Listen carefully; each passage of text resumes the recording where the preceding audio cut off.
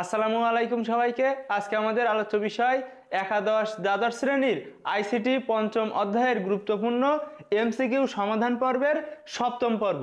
এই পর্বে আমরা সমাধান করছি 109 থেকে 131 পর্যন্ত গুরুত্বপূর্ণ এমসিকিউ, যেগুলো বিভিন্ন বোর্ড পরীক্ষায় এসেছিল।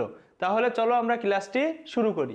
নিচের কোনটি ডেটা টাইপ? তো দেখো, আরও কয়েকটি ডেটা টাইপ হলো এখানে integer data type, character, float আর ডাবল, এই সবগুলো কিন্তু ডেটা টাইপ। তাহলে এখানে সঠিক উত্তর হবে ডাবল। নিচের কোনটি সঠিক চলক? তো চলক হতে গেলে কি কি লাগবে দেখো, চলক তৈরির কিছু নিয়ম রয়েছে। যেমন চলকের নামের প্রথম অক্ষরটি কোনো অঙ্ক হতে পারবে না, প্রথম অক্ষরটা কোনো সময়ই কোনো অঙ্ক হতে পারবে না। চলকের নামে স্পেস ব্যবহার করা যাবে না, এখানে স্পেস রয়েছে, এখানে স্পেস রয়েছে, তাহলে এই স্পেস থাকলে কিন্তু সেটা চলক হবে না। বর্ণ, অঙ্ক এবং আন্ডারস্কোর ব্যতীত, আন্ডারস্কোর চিহ্ন ব্যতীত অন্য কোনো চিহ্ন, যেমন এইখানে যে চিহ্নগুলো রয়েছে এর একটাও কিন্তু ব্যবহার করা যাবে না। তো দেখো এখানে কিন্তু অ্যাট দ্য রেট অফ রয়েছে, তাহলে সেটাও কিন্তু আমাদের বাদ যাবে।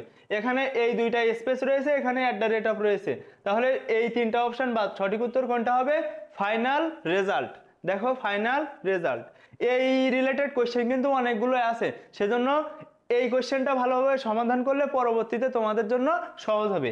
এখানে যে চিহ্নগুলো রয়েছে একটাও কিন্তু ব্যবহার করা হবে না। আর গুরুত্বপূর্ণ কথা হচ্ছে কোনো স্পেস ব্যবহার করা যাবে না। তো আমরা পরবর্তী সমাধানে যাচ্ছি। সি ভাষায় বৈধ চলক কোনটি? এর মধ্যে দেখো এখানে চিহ্ন রয়েছে, তার মানে এটা চলবে না। এখানে স্পেস রয়েছে, এটা চলবে না।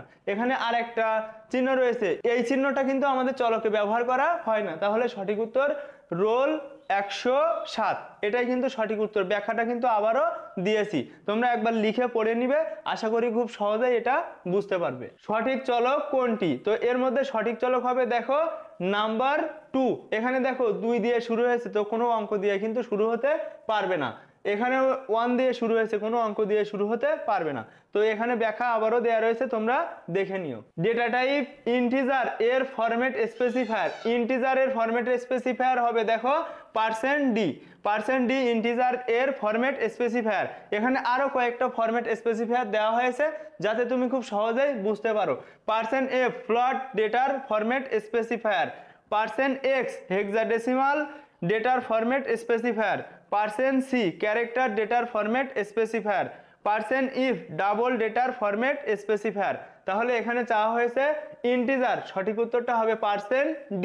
ফ্লোট টাইপ ডেটা মেমোরিতে কত বাইট জায়গা দখল করে? দেখো ফ্লোট 4 বাইট বা 32 বিট জায়গা দখল করে, তাহলে এখানে সঠিক উত্তর 4 বাইট। যদি ইন্টিজারে বলা হতো তাহলে 4 বাইট 32 বিট, ডাবলে বলা হলে 8 বাইট 64 বিট, ক্যারেক্টারে বলা হলে 1 বাইট 8 বিট। তাহলে এখানে গুরুত্বপূর্ণ নোটগুলো দেয়া রয়েছে, অন্য অন্য এমসিকিউ কিন্তু এখান থেকে আসতে পারে, তাহলে এটা গুরুত্ব সহকারে নোট করে মুখস্থ করে নিবে। এর সঠিক উত্তর হবে 4 বাইট। ডাবল টাইপ ডাটা নির্ধারণে মেমোরিতে কত বাইট জায়গা প্রয়োজন? দেখো ডাবল 8 বাইট বা 64 বিট, তাহলে এখানে সঠিক উত্তর 8 বাইট। টেক্সট ডেটা টাইপে বর্ণের সংখ্যা সর্বোচ্চ কত হতে পারে? দেখো টেক্সট টাইপে বর্ণের সংখ্যা সর্বোচ্চ 255 হতে পারে, এর সঠিক উত্তর 255। সি ভাষায় ইন্টিজার ডেটা টাইপ কত বিটের? ইন্টিজার কত বিটের? 32 বিট, আর যদি বাইট বলতো তাহলে 4 বাইট, এখানে সঠিক উত্তর 32 বিট। %d কোন ধরনের উপাত্ত নিয়ে কাজ করে? %d অর্থাৎ ইন্টিজার অর্থাৎ দশমিক পূর্ণ সংখ্যা, তাহলে এখানে সঠিক উত্তর হবে দশমিক পূর্ণ সংখ্যা %d। এখানে আরো কয়েকটা উদাহরণ দেওয়া রয়েছে, এগুলো নোট করে মুখস্থ করে নিবে। সি প্রোগ্রামিং ভাষায় লং ইন্টিজার চলক মেমোরিতে কত বাইট জায়গা নাই? দেখো লং ইন্টিজার 4 বাইট বা 32 বিট নাই, এখানে সঠিক উত্তর 4 বাইট। সকল ধনাত্মক ও ঋণাত্মক পূর্ণ সংখ্যাকে কি বলা হয়? সমস্ত ধনাত্মক ও ঋণাত্মক পূর্ণ সংখ্যাকেই ইন্টিজার বলে। ইন্টিজার শব্দের অর্থ পূর্ণ সংখ্যা, এই শব্দের প্রথম 3টি অক্ষর দিয়ে সি ল্যাঙ্গুয়েজে INT ডেটা টাইপের নামকরণ করা হয়েছে, তাহলে সঠিক উত্তর হবে ইন্টিজার। সাইন নাম্বার ডেটার রেঞ্জ কত?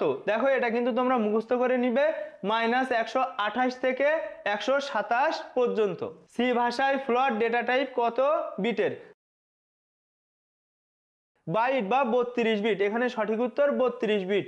একটি রিলেশনাল অপারেটর হচ্ছে, দেখো এখানে ব্যাখ্যাটা সি ভাষায় 6 ধরনের রিলেশনাল অপারেটর রয়েছে।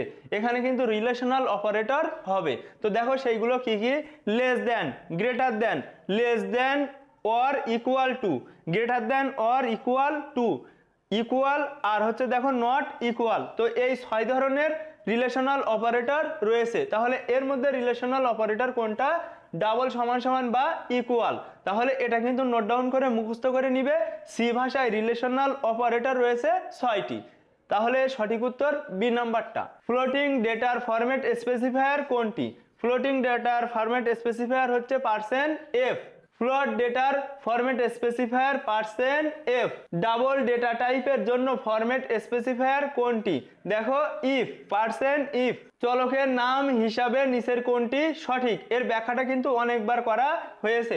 এর সঠিক উত্তর f_name, এটাই কিন্তু সঠিক উত্তর। সি ভাষায় /n দ্বারা বোঝায় নতুন লাইন, /t দ্বারা ট্যাব বোঝায় অর্থাৎ ফাঁকা করে বসে, /r দ্বারা বোঝায় হচ্ছে শুরুতে প্রদর্শন কে বলা হয়। তো এগুলোকে কি বলা হয় দেখে নাও ব্যাখ্যাটা। এসকেপ সিকোয়েন্স বলতে আউটপুটের উপর বিভিন্ন অপারেশন প্রয়োগ করতে ব্যবহার করা হয়, যেমন দেখো /n /t/r ইত্যাদি। তাহলে এগুলোকে বলা হয় এসকেপ সিকোয়েন্স। %f কাজ হচ্ছে, তো দেখো %f কিন্তু ফ্লোটের কাজ করে, রিয়েলের কাজ করে, এখানে ইন্টিজার মানে %d। তাহলে দেখো ব্যাখ্যাটা, সি ভাষায় দশমিক সংখ্যা বা প্রকৃত সংখ্যার ক্ষেত্রে ফ্লোটিং পয়েন্ট ভেরিয়েবল ব্যবহার করা হয়, %d কাজ করে ইন্টিজার নাম্বারের জন্য। তাহলে এখানে যেহেতু %f ইন্টিজার বাদে বাকি দুইটা সঠিক। সি ভাষা ধ্রুবক ঘোষণা করার নিয়ম হলো, দেখো এখানে এখানে সবগুলোই সঠিক রয়েছে, তোমরা একটু কষ্ট করে মুখস্থ করে নিবে। তো এখানে দেখো বিভিন্ন পায়ের মান দেয়া রয়েছে, তো এগুলো কিন্তু তোমরা মুখস্থ করে নিবে যে এই সবগুলোই সঠিক। সি ভাষার চলকগুলো লক্ষ্য করো, তো দেখো এখানে কিন্তু দেখো এখানে রয়েছে @, তো এটা কিন্তু ভুল, এখানে কিন্তু চলকে এটা ব্যবহার করা যায় না, এখানে স্পেস রয়েছে, তাহলে এটাও ভুল। এখানে সঠিক উত্তর কি হবে দেখো, student_name, তো এটাই কিন্তু সঠিক। এর সঠিক উত্তর হবে প্রথমটা, বাকি সবগুলোই ভুল। এর ব্যাখ্যা কিন্তু অনেকবার ইতিমধ্যে আমরা এই ক্লাসেই পেয়েছি। আশা করি এই ক্লাসটি তোমাদের ভালো লেগেছে। পরবর্তী পর্ব দেখার আমন্ত্রণ জানিয়ে আমাদের 7ম পর্বটি এখানেই শেষ করছি।